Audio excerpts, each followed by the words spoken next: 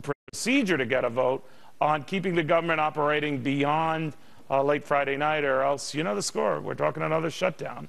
The third time this year that either the threat or up against the brink has been raised. North Dakota Republican Senator John Hoeven on the phone with us right now. What is the Senate actually debating, Senator? Well, greetings, Neil. The discussion is a continuing resolution which would take us from October 1 through November 18. And a lot of this discussion has been around disaster assistance funding and whether there should be offsets for that funding. And, of course, we believe there should be. Okay, now, from what I understand, though, the odd situation here is that FEMA, the Federal Emergency Management Association, actually has more money than it thought, and this is a moot point, so you guys can move on. But now things have gotten so bad, and the block between the two sides has gotten so pronounced that a shutdown still looks inevitable. Is that true?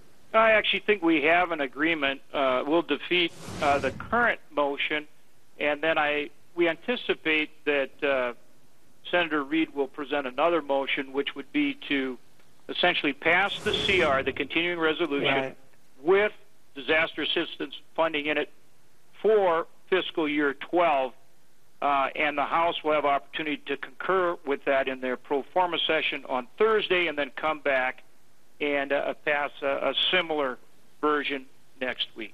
Could I ask you why this keeps happening now? I know Republicans blame Democrats, Democrats blame Republicans, but all average Americans say is that you guys just constantly go up against the brink, both sides. We see this soap opera played out again and again, and a lot of them look at the next 14 months and say, I guess we're just going to keep this going, and they're not encouraged. You know, Neil, we need to find a way to work through this kind of gridlock and make sure that we create the kind of legal, tax, and regulatory certainty that encourages business investment. And that's what we're trying very hard to do. This doesn't do that, Senator, because this gives you maybe another 60, 90 days of wiggle room to increase the line and keep operating. But then your fannies are back in the same predicament 3 months out, and again and again and again, right? Absolutely right. We have got to create some certainty to give some confidence so that we get this business investment going and get people back to work. But at the same time, get a grip on spending. So absolutely right, that's going to take some bipartisanship, and we need to work very hard at getting that done. But it isn't happening, is it? You know what? You guys seem to hate each other.